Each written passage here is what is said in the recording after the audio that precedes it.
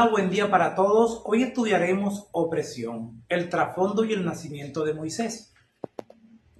Leemos para memorizar Éxodo capítulo 2, versículos 23 al 25.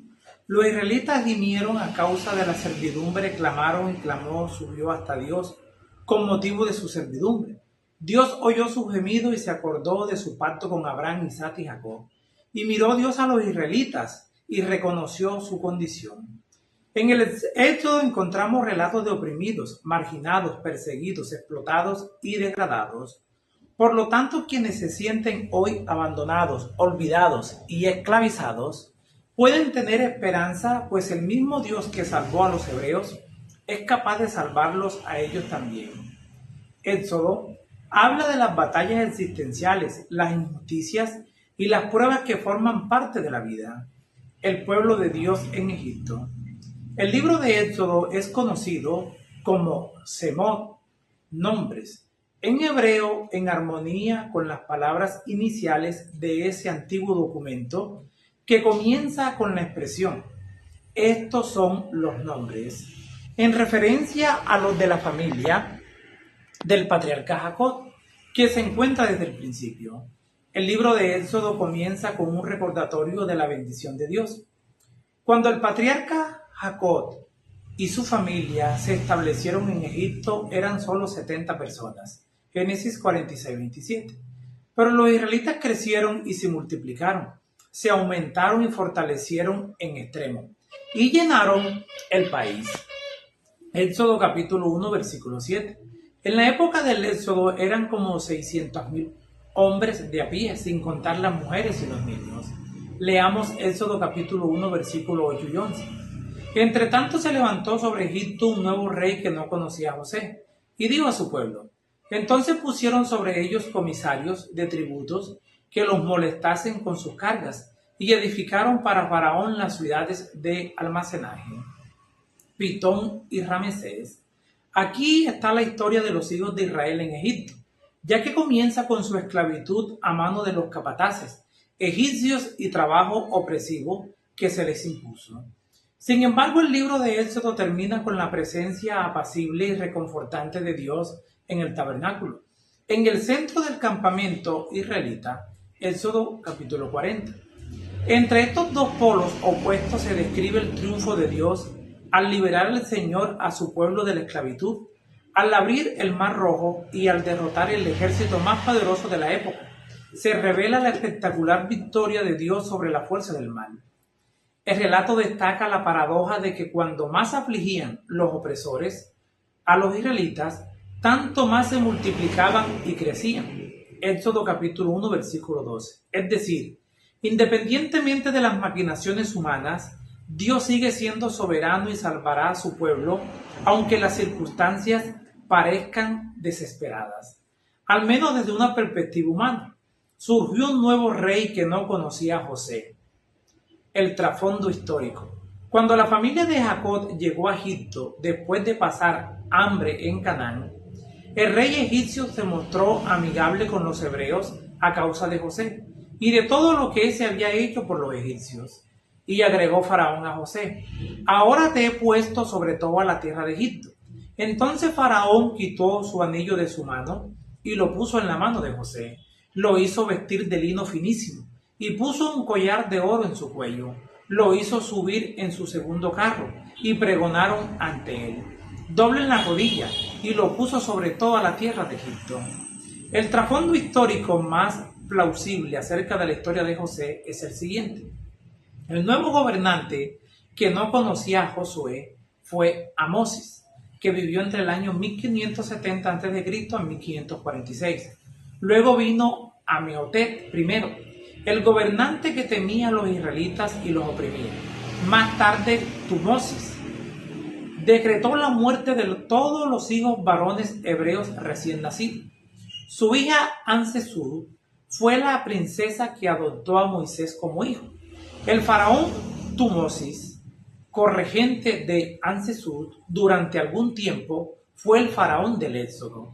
El Éxodo ocurrió, según los mejores cálculos, en marzo del año 1450 a.C.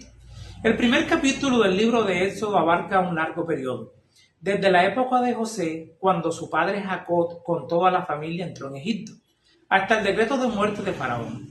Aunque existe cierto debate acerca de la existencia exacta de este periodo, lo importante es que el Señor no se olvidó de ellos, incluso cuando el pueblo de Dios era esclavizado en tierra extranjera.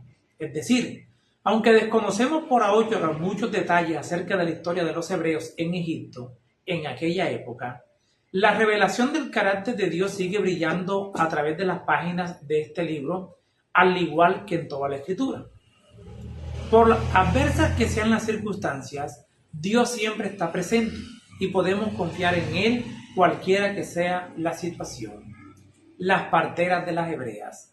No es posible entender el libro de Éxodo sin el precedente de las enseñanzas de Génesis. Los israelitas se trasladaron a Egipto y fueron esclavizados allí tras una época de gran prosperidad y paz.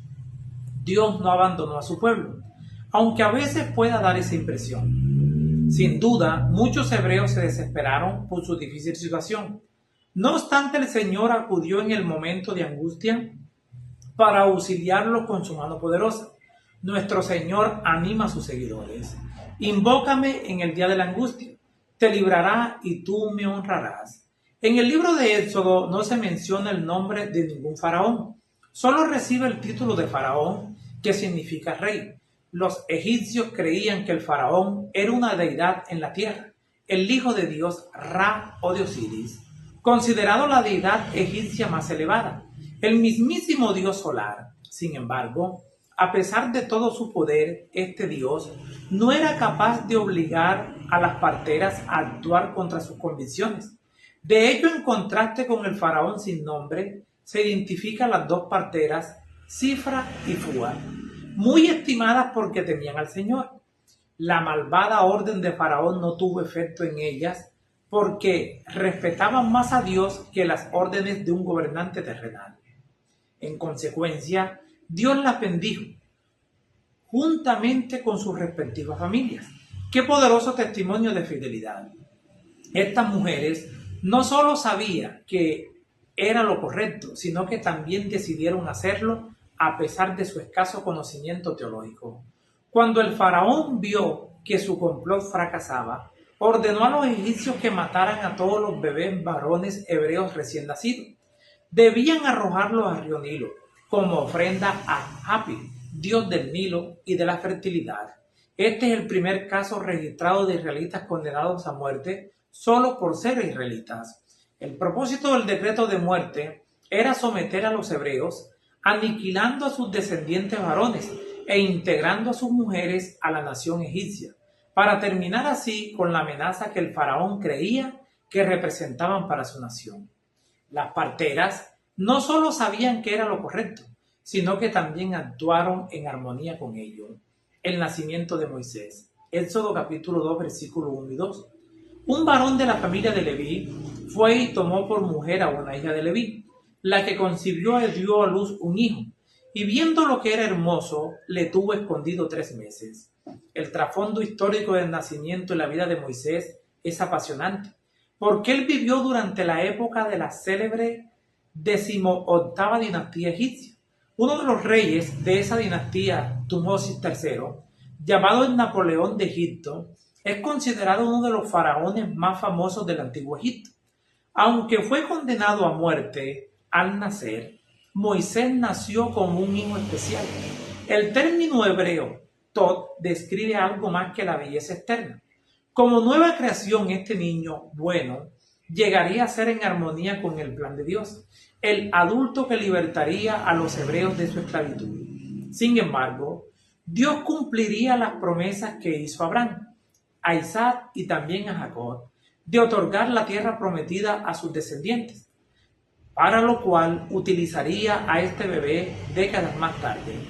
La princesa egipcia Al-Sesur adoptó a Moisés como hijo. El nombre dado a Moisés es de origen egipcio y significa hijo o nacido de. En hebreo su nombre significa sacado, ya que fue milagrosamente salvado cuando fue sacado del río. Es poco lo que sabemos acerca de sus primeros años de vida. Tras ser salvado milagrosamente y adoptado por Al-Sesur, Moisés vivió sus primeros 12 años con su familia original y recibió la mejor educación egipcia con el fin de prepararlo para ser el próximo faraón de Egipto. Gran parte de esa educación resultó inútil e incluso contraria a lo que realmente importaba: el conocimiento de Dios y de su verdad. Un cambio de planes. Cuando leemos Éxodo capítulo 2, versículo 11 y 12, en aquellos días sucedió que, crecido ya Moisés, salió a sus hermanos y los vio en sus duras tareas, y observó un egipcio que golpeaba a uno de los hebreos, sus hermanos. Entonces miró a todas las partes, y viendo que no parecía nadie, mató al egipcio y lo escondió en la arena. Los acontecimientos pronto lo obligaron a tomar una decisión. Al oír esto, Faraón procuró matar a Moisés, pero Moisés huyó de Faraón y fue a vivir en la tierra de Madián. Al llegar allá se sentó junto a un pozo. Después de su crimen, Moisés realmente no tuvo elección, al menos en lo que respecta al permanecer en Egipto, cualquiera que fueran los planes que tenían para ascender al trono de Egipto y convertirse en un dios. Estos se desvanecieron rápidamente. En lugar de convertirse en un dios falso, Moisés serviría al Dios verdadero. Cuando huyó, Moisés no tenía idea de lo que deparaba el futuro. Todo el asunto de la muerte del egipcio a manos de Moisés, exagerado en sumo agrado, se supo rápidamente entre los egipcios y hasta llegó a oídos de Faraón.